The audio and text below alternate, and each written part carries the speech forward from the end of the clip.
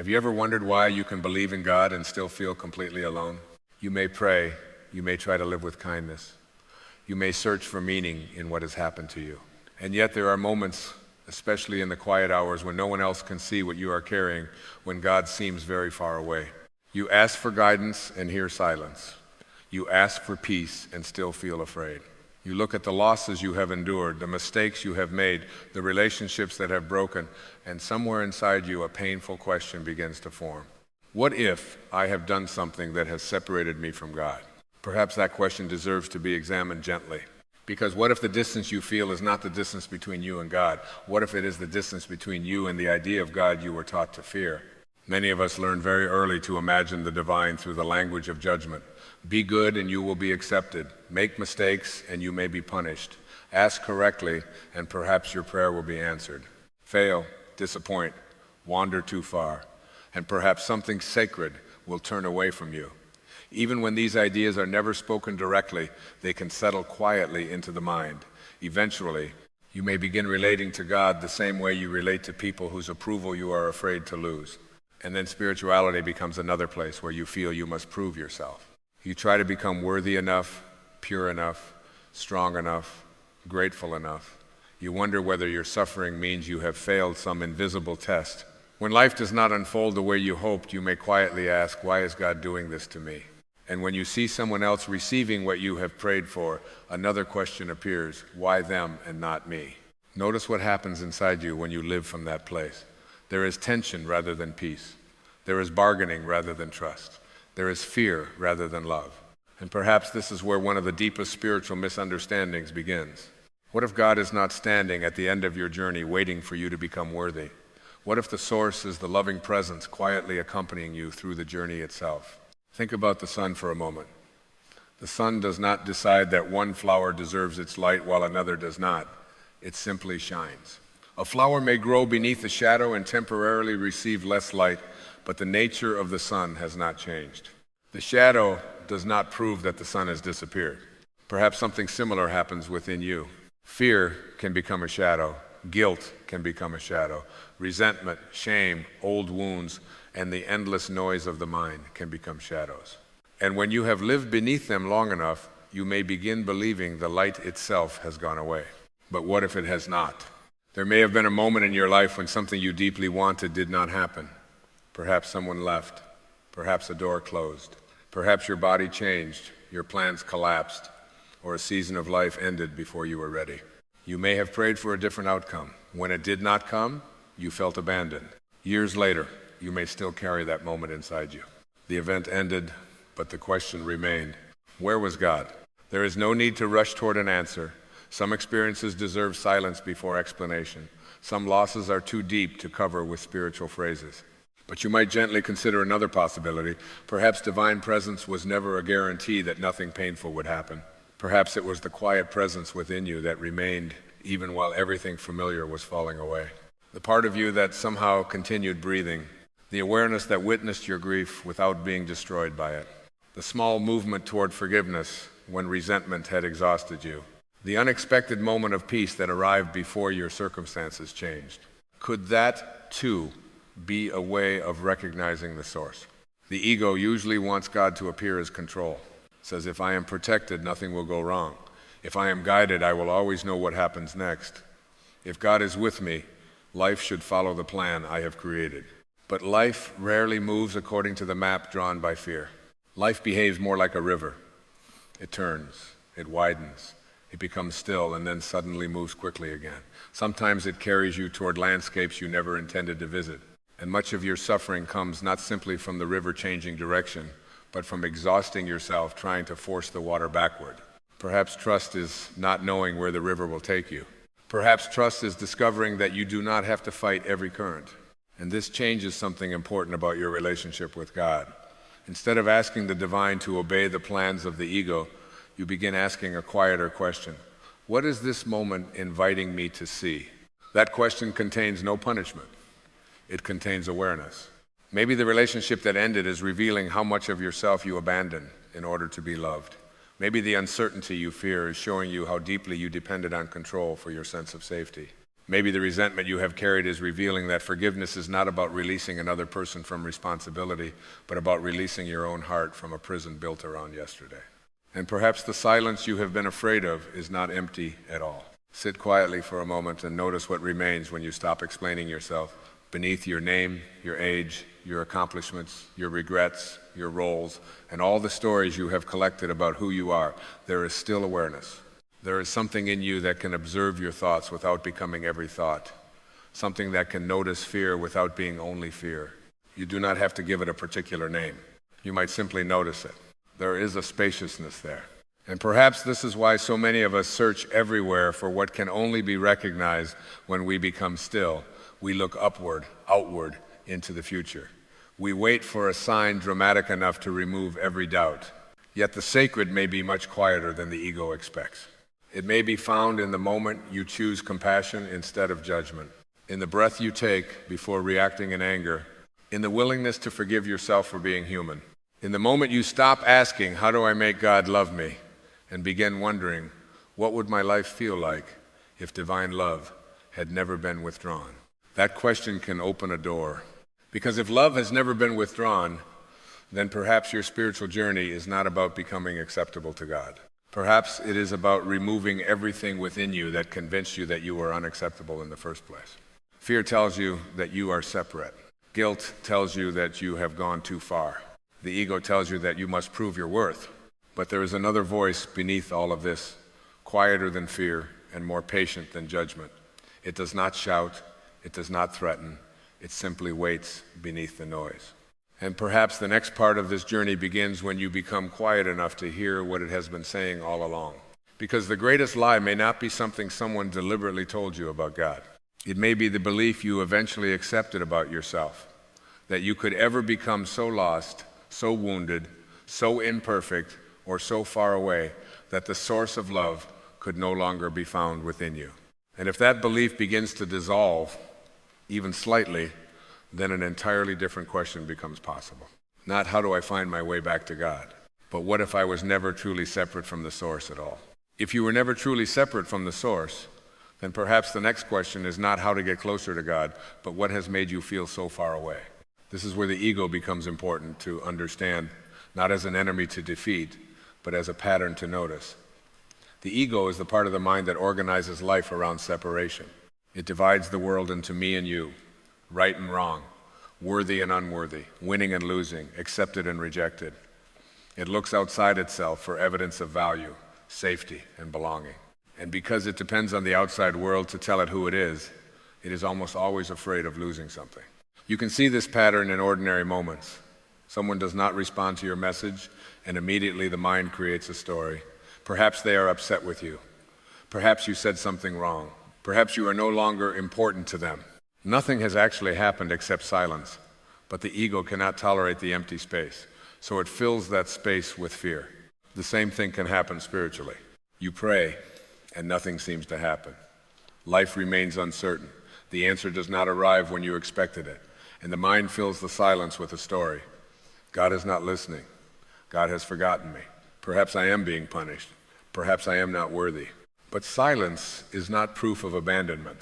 It is simply silence until the mind gives it meaning. This is one of the most liberating things you can begin to notice. Much of what causes suffering is not only what happens, but the interpretation placed upon what happens. The rain falls, and one person sees inconvenience while another sees nourishment. A season ends, and one person sees failure while another eventually discovers release. Life presents the experience, and the mind often decides what the experience must mean. The ego especially wants painful experiences to mean something about your worth. A relationship ends, and instead of simply grieving the relationship, you may decide that you were not lovable enough. Someone rejects you, and the ego turns one person's decision into a statement about your identity. You make a mistake, and instead of saying, I made a mistake, you begin saying, there is something wrong with me. Then that same inner judgment can quietly become your image of God. If you cannot forgive yourself, you may imagine that God cannot forgive you either. If you judge yourself relentlessly, you may imagine a divine presence judging you with even greater severity. If love has often been conditional in your human relationships, you may assume divine love must also have conditions. And suddenly, you are no longer relating to the source. You are relating to your own fear projected onto the source. This is worth sitting with. Sometimes the God we are afraid of looks remarkably similar to the voices that once made us afraid of being ourselves. Perhaps you grew up believing that love had to be earned through obedience, achievement, pleasing others, or never disappointing anyone. You learned to read the room before you learned to read your own heart. You became sensitive to the moods of others. You learned when to speak and when to disappear. You became very good at being what other people needed. Years later, you may call this kindness. But sometimes beneath kindness, there is fear. You may say yes when your heart quietly says no. You may apologize for things that do not require an apology.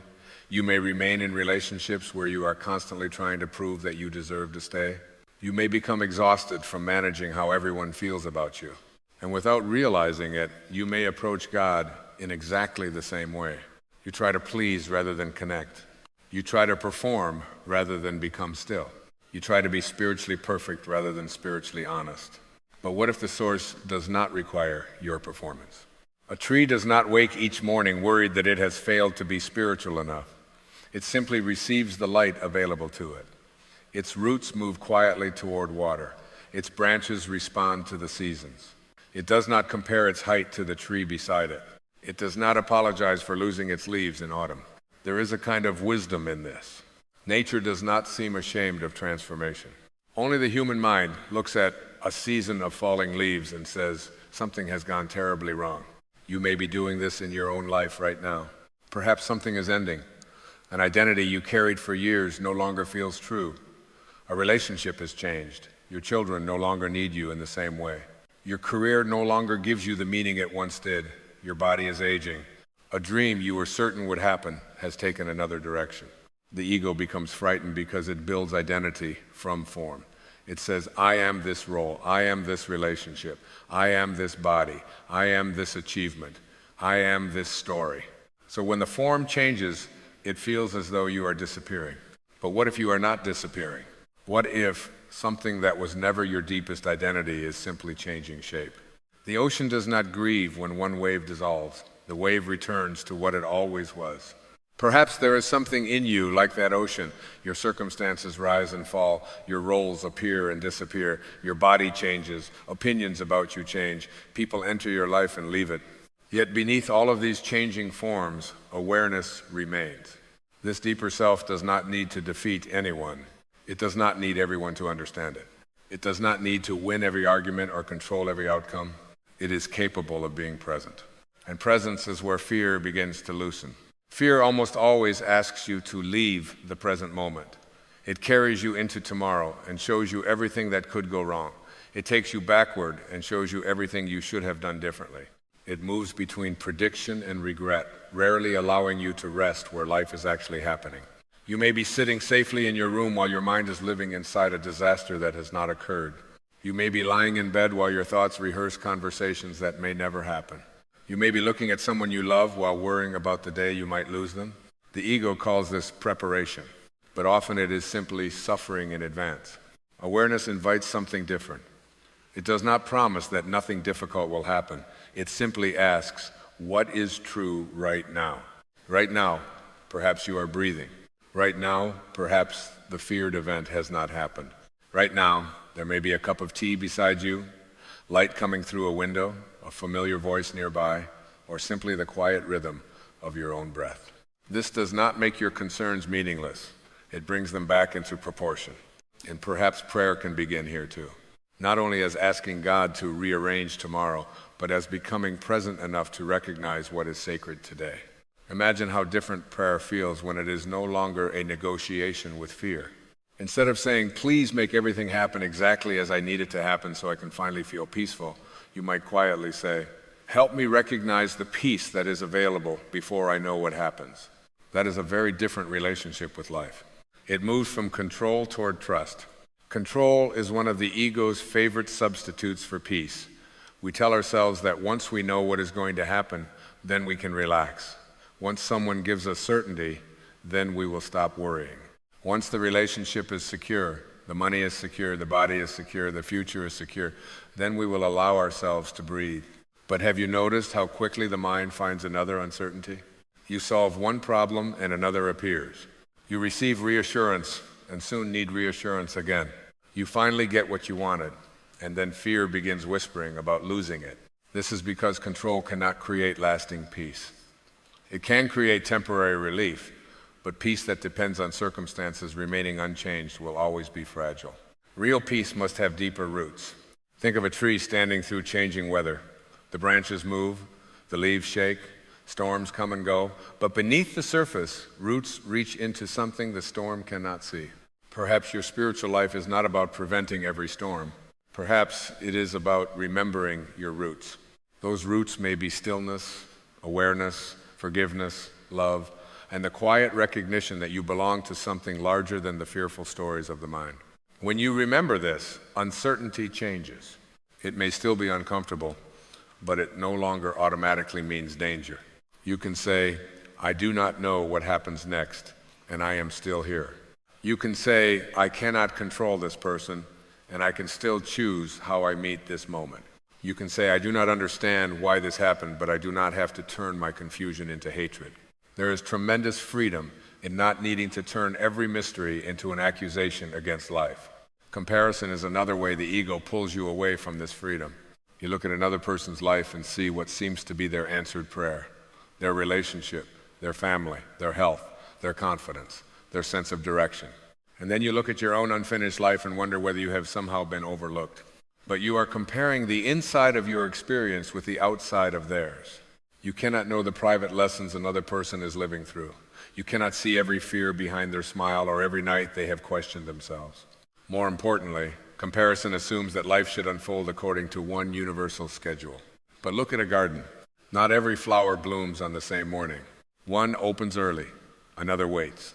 Some plants grow quickly above the ground while others spend long periods developing roots where no one can see them. You would never walk into a garden and accuse the unopened flower of being a failure. Why do that to yourself? Maybe your life is not late. Maybe it is simply yours. And perhaps the source is not comparing you to anyone. The sun does not tell one tree to become another tree. If the divine is the intelligence behind life, perhaps your deepest invitation is not to imitate another person's path, but to become quiet enough to recognize your own. This is where intention becomes different from attachment. You can have intentions. You can move toward healing, connection, creativity, service, and love. You can care deeply about your life. But attachment says, this must happen in this exact way at this exact time, or I cannot be at peace. Intention says, this is the direction of my heart, but I am willing to remain open. One is a clenched fist. The other is an open hand. Notice which one feels closer to love. You may have spent years holding life with a clenched fist, trying to keep certain people from leaving, trying to make others understand you, trying to repair the past, trying to control the future, trying to become the person you believed you had to be.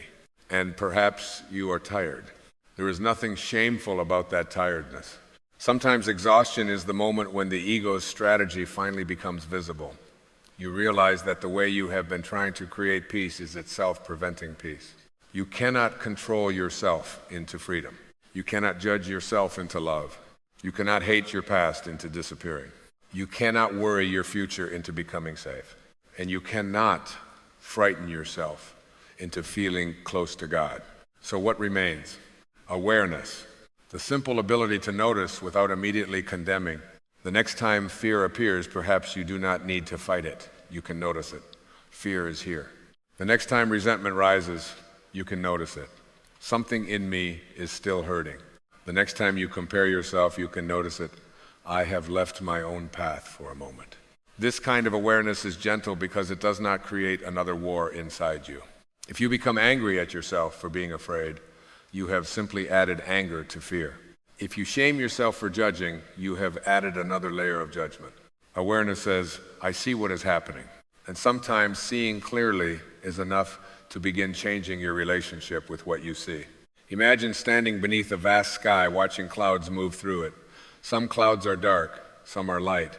Some disappear almost as soon as they arrive. You do not run into the sky trying to remove them. You allow them to pass. Your thoughts may be more like those clouds than you realize. A thought says, I am not enough. You notice it. A thought says, God has forgotten me. You notice it. A thought says, my future is going to fall apart. You notice it, and slowly you begin recognizing something extraordinary. The part of you that notices the thought is not trapped inside the thought. There is space around it. That space is where choice begins. Perhaps you cannot choose every thought that enters your mind, but you can become more conscious of which thoughts you build a home for. You can ask whether a thought leads you toward love or deeper into fear, whether it creates understanding or judgment, whether it returns you to the present or pulls you into an imaginary future. And gradually, spirituality stops being about obeying fear and becomes a practice of remembering love.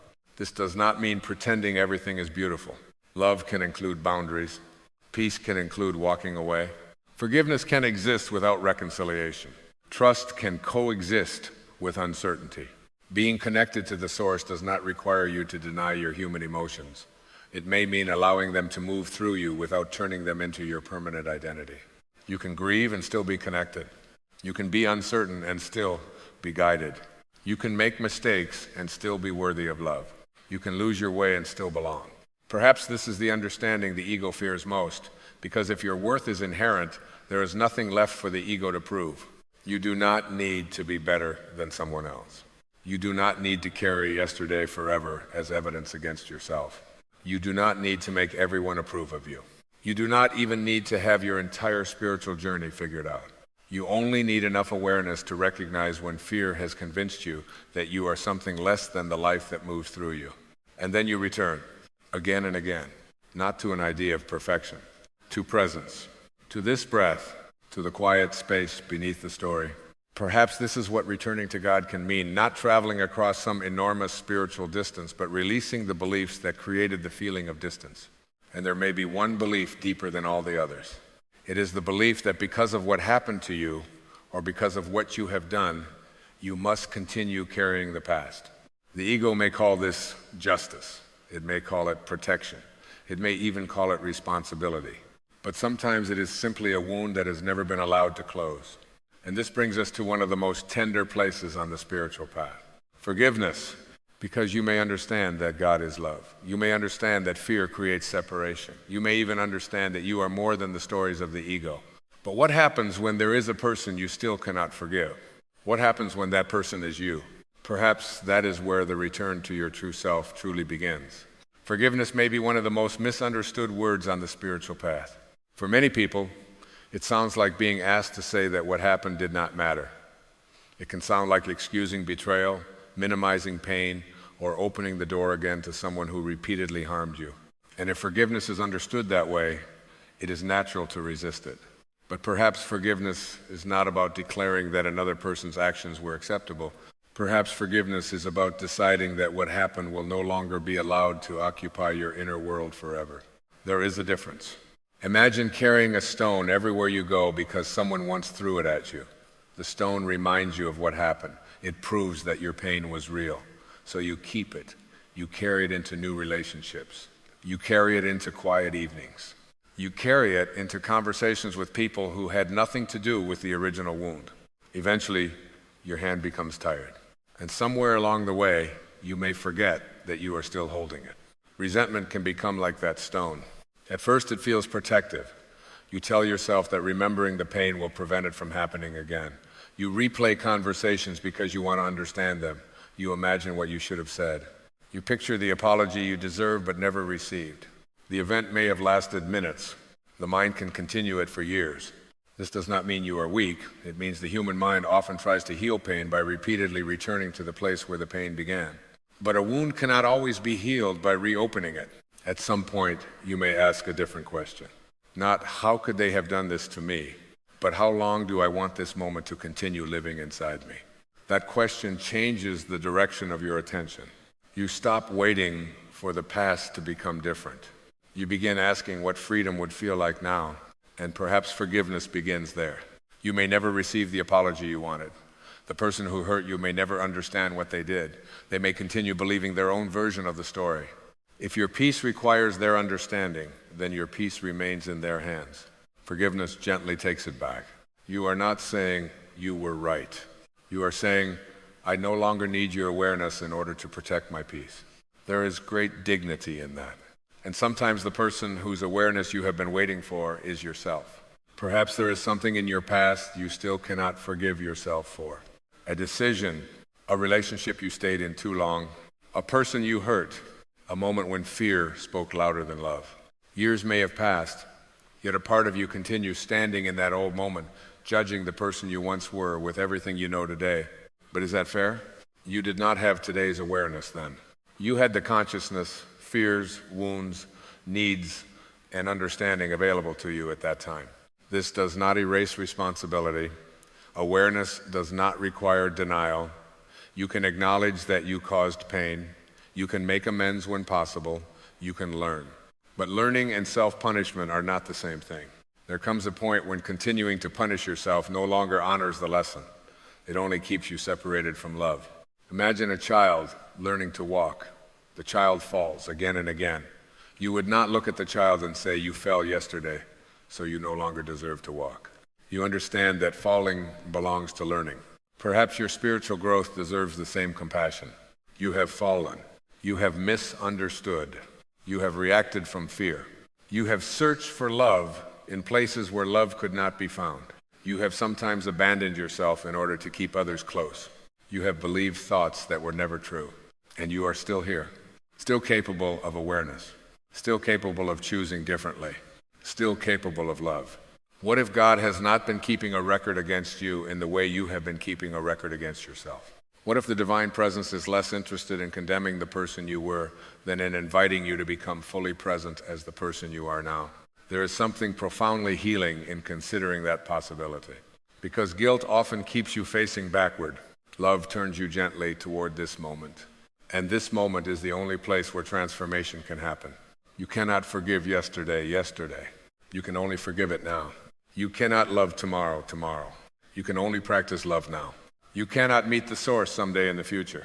If divine presence can be encountered at all, perhaps it can only be encountered here. In this breath, in this awareness, in this willingness to stop running from yourself, this is where surrender begins to take on a different meaning. Surrender is sometimes mistaken for giving up. But spiritual surrender is not passivity. It is not refusing to participate in your life. It is releasing the demand that life must conform to the exact picture your mind has created before you allow yourself to be peaceful. You can still make choices. You can still have intentions. You can still change what can be changed. But you stop fighting what has already happened. Think of how much energy is consumed by arguing with reality. This should not have happened. They should not have left. I should be younger. My body should be different. My life should be further along. They should understand me. I should already know my purpose. Some of these feelings may be completely understandable. Yet notice what happens when the mind repeatedly insists that the present moment should not be the present moment. You become divided against life. Surrender begins when you say, perhaps reluctantly at first, "This is where I am," not where you wish you were, not where someone else thinks you should be. Here. And there is extraordinary power in meeting yourself here without condemnation. A river does not waste its energy arguing with the rock in its path. It moves around it, sometimes slowly, sometimes with great force, but it continues. Perhaps life has been asking you to become more like water, not weak, responsive. There may be something you have been trying desperately to force, a relationship you want to repair, an answer you need immediately, a future you are afraid of losing, a person whose approval still matters more than you want to admit. You keep pushing because you believe that if you stop pushing, everything will collapse. But what if loosening your grip is not the same as losing what belongs in your life? What if some things can only reveal their true nature after you stop forcing them? This is difficult for the ego because the ego prefers certainty. It wants guarantees. It says, "Tell me this will work out, and then I will trust." But that is not trust. That is a contract. Trust begins when the guarantee is absent. It is the willingness to say, "I do not know exactly what will happen, but I do not want fear to decide who I become while I wait." That may be one of the most meaningful forms of faith, not believing that every event will happen according to your preference, believing that you can remain connected to love even when it does not. There will be seasons when you do not understand your life. A door closes and you cannot see another one. Someone you love changes. Your body asks you to slow down. A dream loses its meaning. A chapter ends without giving you the explanation you wanted. In those seasons, the ego says something is wrong. But nature might offer another interpretation. Look at winter. A tree in winter appears empty. Its branches are bare. There is no visible growth. If you judge the tree only by what could be seen, you might conclude that life had abandoned it. But beneath the ground, something continues. Roots remain. Life is gathering itself in silence. Perhaps some of your quietest seasons are like this. Not punishment, not abandonment, not evidence that the source has turned away. Perhaps they are seasons in which your roots are becoming deeper than your need for visible proof. You may not be able to see what is changing within you while it is happening. You may simply notice one day that you no longer react the way you once did. Something that used to ruin your entire week now passes through you in an afternoon. A person who once controlled your emotions no longer has the same power. You hear criticism, and instead of immediately collapsing or defending yourself, you pause. You remember something painful and notice that the memory is still there, but the poison is gone. This is transformation. It is often quiet. The ego wants transformation to be dramatic because drama gives it something to announce. The deeper self changes differently, like dawn. The sky does not suddenly argue with darkness. Light simply begins appearing, and perhaps this is how love returns to your life. Not as an emotion you force yourself to feel, but as the natural quality that becomes visible when fear no longer occupies every room within you. Love does not always mean affection. Sometimes love is allowing someone to leave. Sometimes love is saying no without hatred. Sometimes love is refusing to participate in an old pattern. Sometimes love is sitting beside your own sadness without trying to make it disappear. Sometimes love is recognizing that another person's behavior comes from a consciousness you cannot change. You can have compassion without surrendering your boundaries. You can forgive someone without inviting them back into your life. You can wish another person peace without making yourself responsible for creating it for them. This is where people-pleasing begins to dissolve. For years, you may have believed that being loving meant making everyone comfortable. So you became careful. You softened your truth. You stayed silent. You gave more than you had. And then resentment appeared because some part of you knew you had been abandoning yourself. Perhaps love does not ask you to abandon yourself. If the source is within you, then treating yourself as though your needs, boundaries, and inner truth do not matter is not spiritual generosity. It may simply be fear wearing the clothing of kindness. You can be gentle and clear. You can be compassionate and still walk away. You can love someone and recognize that you cannot continue living inside the same pattern with them. This kind of love has space in it. It does not cling. It does not demand. It does not say you must become what I need so that I can be peaceful. It says, I will meet you with as much understanding as I can while remembering that my peace is also my responsibility. This is very different from the ego's version of love. The ego says, I love you, therefore do not leave me. The deeper self says, I love you, and I cannot possess you. The ego says, I love you, therefore agree with me. The deeper self says, we can see things differently without becoming enemies. The ego says, I need you to make me whole. The deeper self begins remembering, wholeness cannot be outsourced. And when you stop asking other people to complete what can only be discovered within, relationships begin to breathe. You can appreciate someone without making them responsible for your identity. You can enjoy their presence without living in constant fear of their absence. You can offer love without turning love into a transaction. This does not make you detached from life. It allows you to participate more fully because you are no longer asking every experience to prove that you are worthy. Perhaps this is what alignment with the source begins to feel like. Not supernatural certainty, not a life without difficulty. A quieter inner agreement with love. Before speaking, you begin asking, is what I am about to say coming from the need to wound or the desire to understand? Before reacting, you pause long enough to notice whether fear has taken control. Before judging yourself, you remember that awareness grows more easily in compassion than in shame. Before forcing an outcome, you ask whether you are acting from clear intention or from panic. These small pauses change a life, not because they make you perfect, but because they create space between consciousness and habit. In that space, you remember that you have a choice. You can feed resentment or release it. You can defend an identity or become curious. You can repeat yesterday or meet today. You can choose fear, and sometimes you will. Then you can notice and choose again. There is no need to turn spiritual growth into another standard. You must fail. You will still become irritated.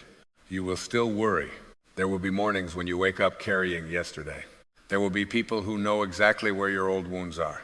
There will be moments when the ego returns so convincingly that you forget everything you thought you understood. That is all right. The invitation is not perfection. It is remembrance. You remember, forget, and remember again. Like returning home after wandering.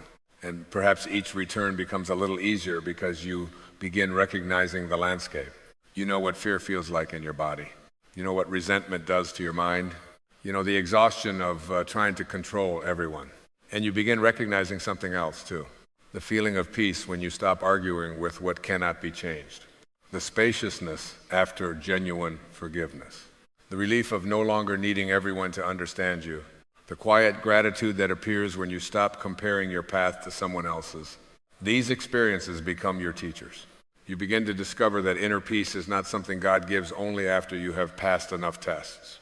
It is something that becomes available when you stop placing so many conditions between yourself and the present moment. And gratitude can help you recognize it. Gratitude is not pretending that everything in your life is pleasant. It is noticing that pain is not the whole story. You may be grieving and still notice the warmth of sunlight. You may be uncertain and still be grateful for one person who listens. You may be healing and still appreciate that your heart has not lost its ability to care. You may not know what comes next and still be grateful for this breath. Gratitude brings attention back from what is missing to what is here. And what is here is often more sacred than the distracted mind realizes. A meal, a tree outside the window, the sound of rain, a familiar hand, a moment when you finally stop criticizing yourself. These things may look ordinary. Perhaps the sacred is always hidden inside the ordinary because the ego is too busy searching for something spectacular. Maybe you do not need a dramatic sign that God is near. Maybe the next breath is enough to begin. Maybe the ability to love after being hurt is a sign. Maybe the desire to forgive is a sign. Maybe the quiet awareness telling you that you no longer want to live from fear is itself a form of guidance. And if you begin listening to that guidance, your intention for life changes. Instead of asking, how can I make life give me what I want? You begin asking, what quality do I want to bring to life? Peace, kindness, patience, courage, understanding, love. These intentions do not depend on controlling the world. You can bring peace into an uncertain room. You can bring kindness into a difficult conversation. You can bring awareness into fear. You can bring forgiveness into a memory. You can bring love into a moment when the ego wants to attack. And each time you do, perhaps you are not becoming more spiritual.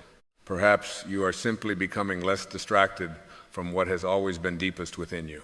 This is the return, not becoming someone new, remembering who you were before fear told you who you had to be, before comparison told you that you were behind, before guilt told you that your past had disqualified you, before rejection convinced you that you were unworthy, before the ego turned God into something distant that you had to chase. Perhaps the source was never hiding from you. Perhaps you were looking for thunder while it was speaking through silence, looking for certainty while it was inviting trust, looking for approval while it was offering love, looking somewhere far away while the doorway was quietly opening within. And once you begin to recognize that doorway, another question appears. How do you live from this understanding when ordinary life begins again?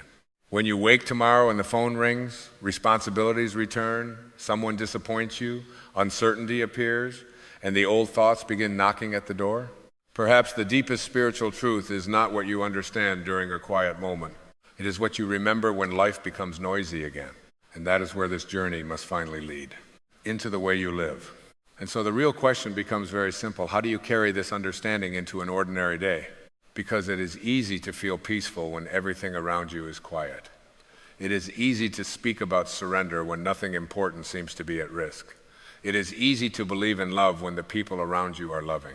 The deeper practice begins when life does not cooperate with your expectations and you still remember that you have a choice about what you allow to live within you.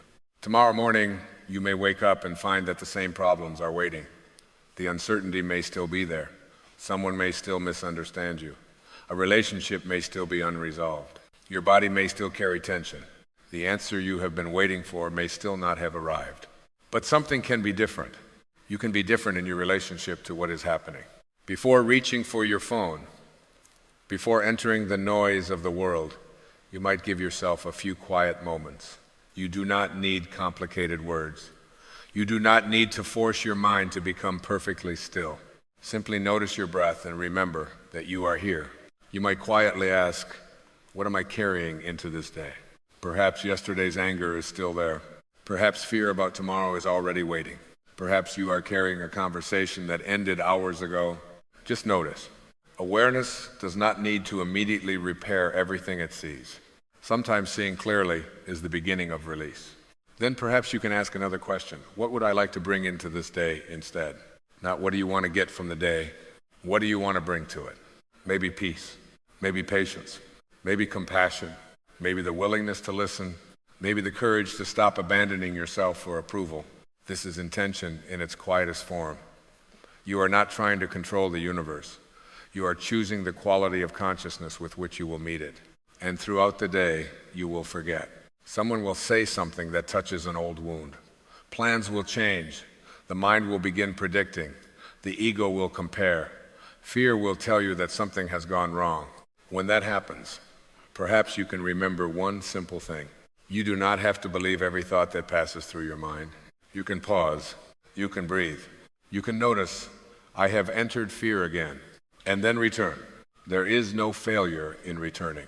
Returning is the practice. A river does not criticize itself because it moved around a stone. It simply continues toward the ocean. You can do the same. When resentment returns, notice it without feeding it. When guilt appears, ask whether it is helping you make something right or simply asking you to punish yourself again. When comparison appears, gently return your attention to your own life. And when fear tells you that God is far away, perhaps you can become still enough to ask, is God truly absent? Or am I simply afraid right now? Those are not the same thing. There will also be moments when forgiveness becomes a daily practice rather than one great decision. You may believe you have released something, only to feel the old pain return.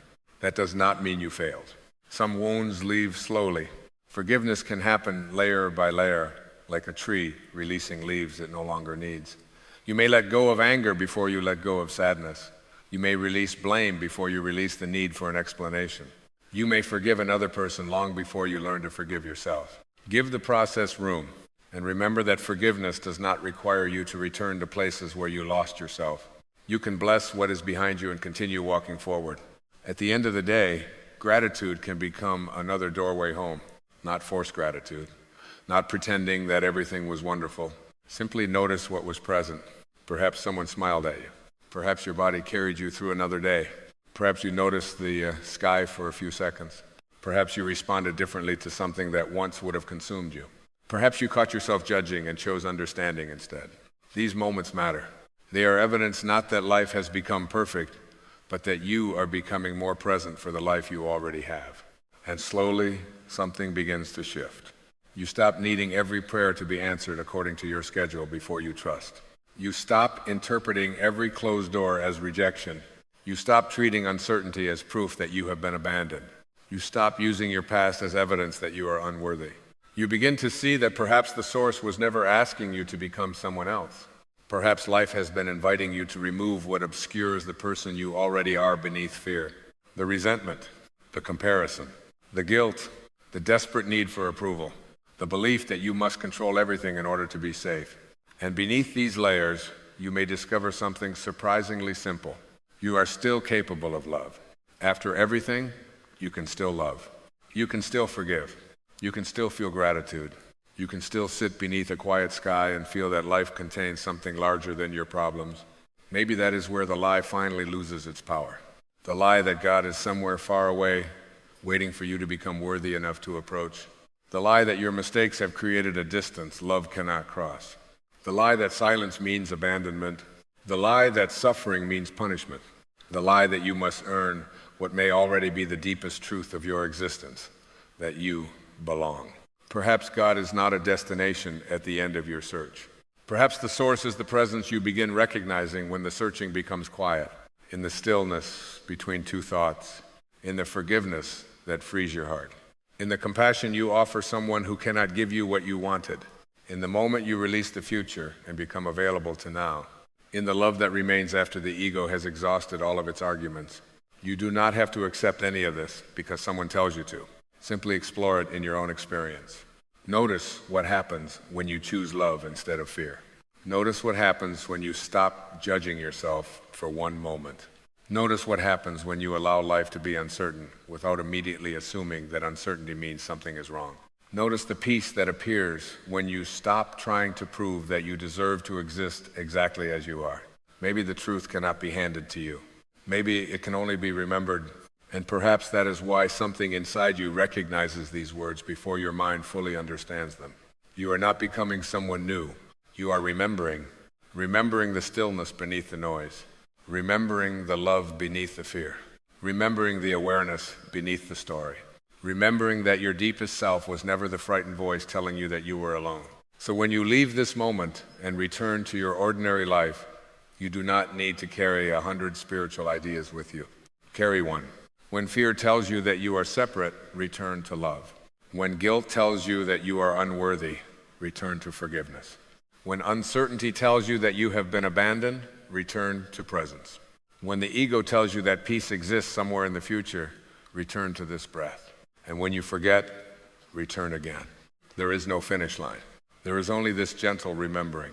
Perhaps one day you will look back at the years you spent searching for God and realize that the source was present in every step of the search, in your questions, in your tears, in the people who loved you, in the endings that opened you, in the silence you once feared, even in the moments when you felt completely lost, and perhaps you will smile at the strange tenderness of it all.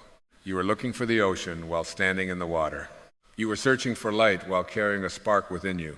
You were asking how to return home without realizing that the deepest home had never left you. If something in this journey touched a place within you that has been waiting to be remembered, share your reflection in the comments. Your words may become the quiet reminder someone else needs today. And if you would like to continue exploring inner peace, forgiveness, awareness, love, and your connection with the source, you can subscribe and join us for more of these spiritual journeys. For now, there is nothing else you need to achieve, nothing you need to prove, nothing you need to force. Just allow yourself one quiet breath and consider the possibility that the divine presence you have been searching for was never judging you from a distance. Perhaps it has been waiting patiently beneath all the fear, beneath all the noise, beneath every story about who you thought you had to become, not asking you to earn your way back, only inviting you to remember that you were never truly separate. And perhaps, for this moment, remembering is enough.